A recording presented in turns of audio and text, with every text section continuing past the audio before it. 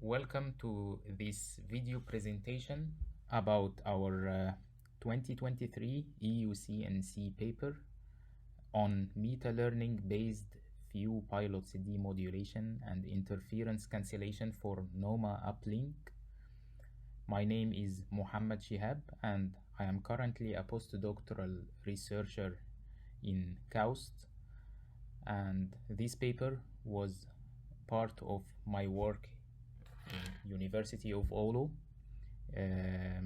with the other co-authors from the University of Oulu, Hibatullah Issa and Hirli Alves.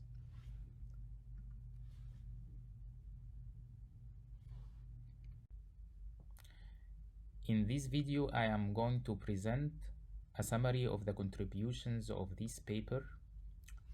The system model consists of multiple groups of meta-training devices that use non-orthogonal multiple access to upload their data, and the target is to apply meta-learning in order to accumulate experience from meta-training devices and facilitate channel estimation process of newly introduced meta-testing devices using deep neural networks that apply meta-learning across meta-training and meta-testing devices.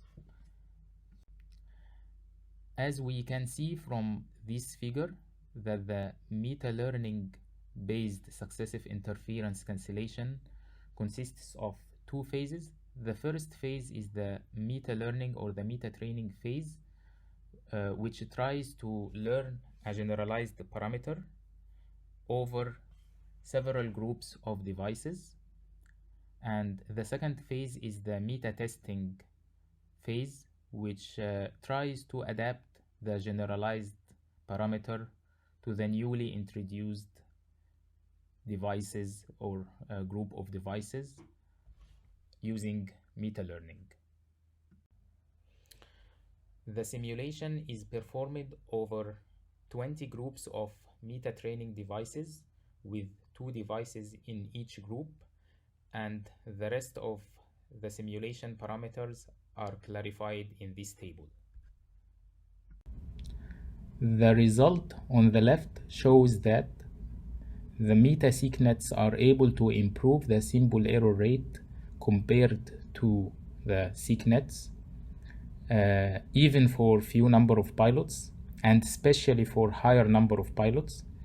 And the result on the right shows that this also applies for different values of SNR. Moreover, increasing the number of meta-training devices enhances the symbol error rate further. And when it comes to the complexity analysis, we can see in this table that the meta-SICNets, although they have higher training time, this training is performed offline, so it has lower complexity when it comes to the testing time, which goes down to the value of 4 milliseconds compared to 41 milliseconds in the case of SICNet. To conclude our work, we have come to the following observations: that the meta-learning aided SICNets are able to accumulate experience across different learning processes, and they are also able to facilitate and expedite the learning process for newly introduced devices in the network. And this all is performed with the lower complexity and the lower training time. And furthermore, the meta-SICNets are able to provide better performance with lower number of pilots, only 2 or 3 pilots. In this work, we have applied meta-learning for NOMA, but this work could be also extended by applying meta-learning to other multiplexing techniques such as OTFS or orthogonal time frequency space multiplexing.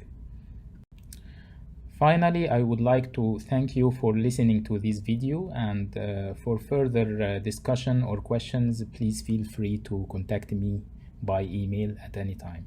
Thank you.